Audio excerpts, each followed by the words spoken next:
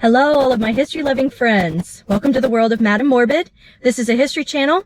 If you like what you see, please subscribe to my channel in order to catch future documentaries. Today, I am in Reed's Spring. I'm coming back to the Bonnie and Clyde story. They had one more shootout in this area that I failed to cover earlier, so I am here today. On February 12th, 1934, Bonnie and Clyde, Henry Methvin, and Raymond Hamilton came to Springfield and stole a 1934 Pontiac from George Thompson, who owned a dealership in Springfield, a dealership, Thompson's Chevrolet, that is still in operation today. They stole the car from in front of his house on Walnut Street. The house is still there. If it hadn't been for an ice storm this week, I would have gone by the house, but you've seen what I drive. Springfield police chased them out of Springfield. They headed to Galena, where police caught up with them there. Galena police saw them. At this time, they were in two cars, the stolen one and a maroon car they already had. They abandoned the stolen car and all piled into the maroon car. They hit a roadblock, which caused them to turn around, and they ended up on a side road, which was probably Yoakum Pond Road, but they didn't know where they were, and they ended up in Reed's Spring. And it's on this road that they probably picked up Joe Gunn. I'm out here at Bruner Cemetery in Bruner, Missouri. It's a really pretty place.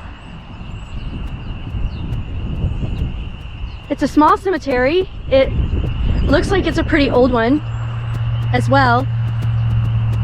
I don't know if you can hear the frogs and the bugs singing, but it's really beautiful. I'm here at the grave of Joe Gunn.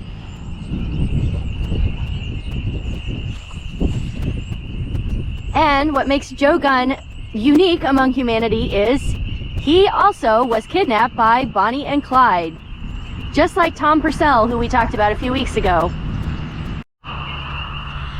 Now, Joe Gunn was a simple man. He lived in a rural area, and he just wanted to go to the grocery store to get his weekly groceries. And he was walking there.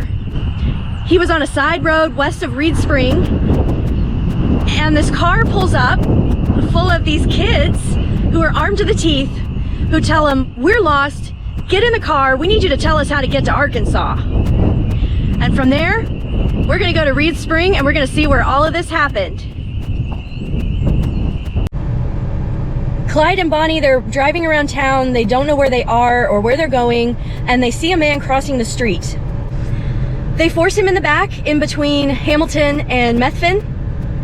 Clyde is driving, Bonnie is in the passenger seat with a gun across her lap. When Gunn got in the car, he said there were a pile of shotguns in the back seat, as well as, and I quote, "enough ammunition to say Mike."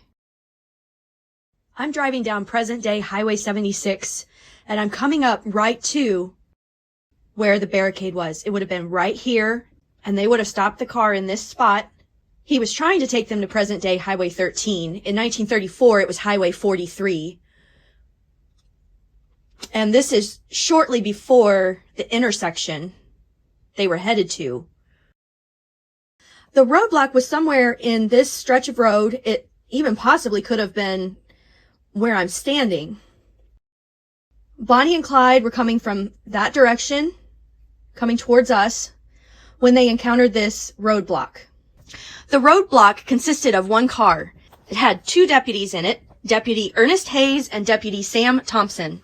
I can't imagine the fear they must have felt to be that outgunned and outnumbered. They had little pistols, and one of them had a shotgun, but it was certainly nothing compared with the weaponry that the Barrow Gang had. Now, according to him, when they come around the corner and they see the police, Bonnie says, "Let's get out and have it out with them."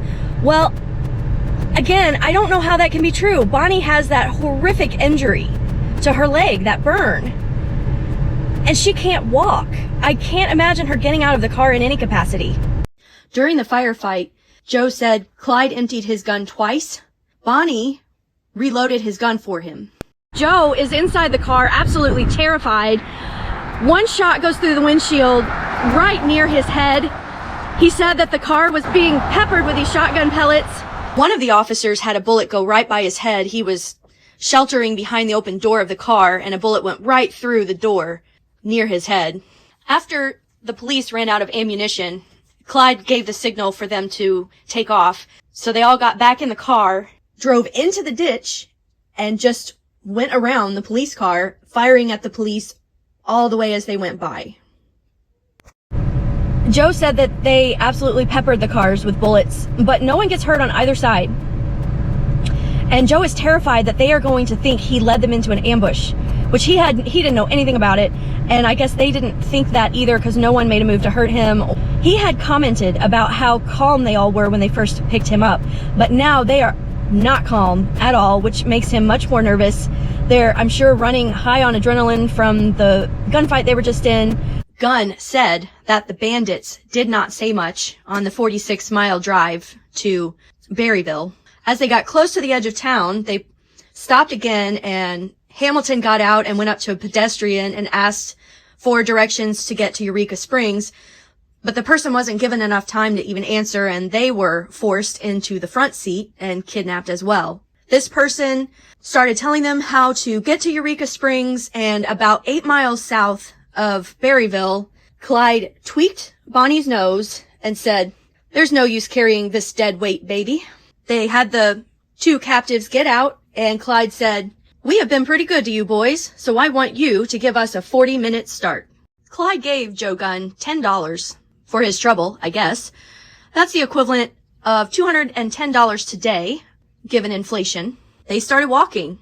Evidently, Joe had never spoken on the telephone. So this would be the first time he ever used a telephone to try to get help. He got back to Reed's Spring by morning, covered in dust, exhausted, hungry.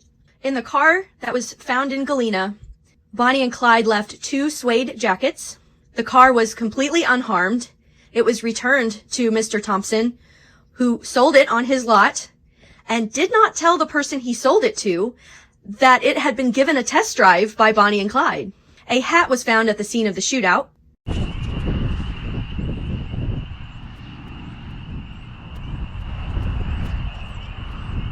You would never know from this simple gravestone that this man lived history.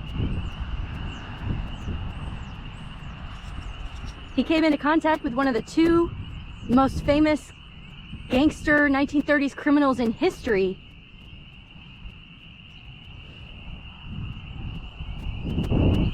And lived to talk about it. There aren't too many people on Earth who were able to say that.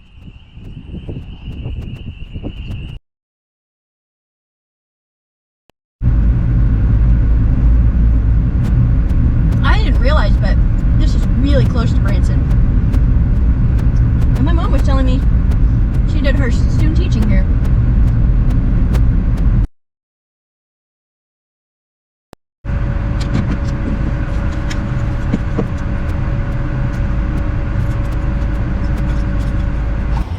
So I ran into somebody who was telling me this was a private residence, so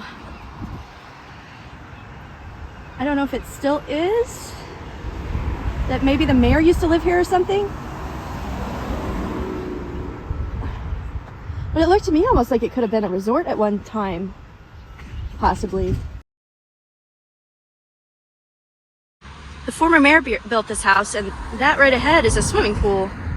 In-ground swimming pool. So the mayor, and he just recently died, but he's who built all of this. And he used to have 4 full-time gardeners who took care of all of this.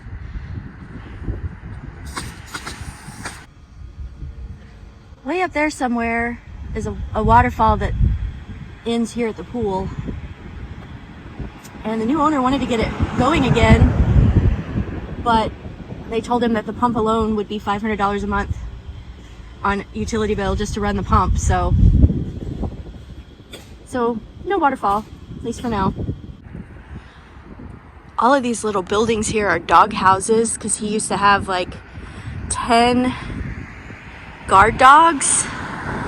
And she said the house is, this dog house anyway, has electricity and water. Pretty much anything your doggy could need, your doggy employee. This reminds me of the Secret Garden.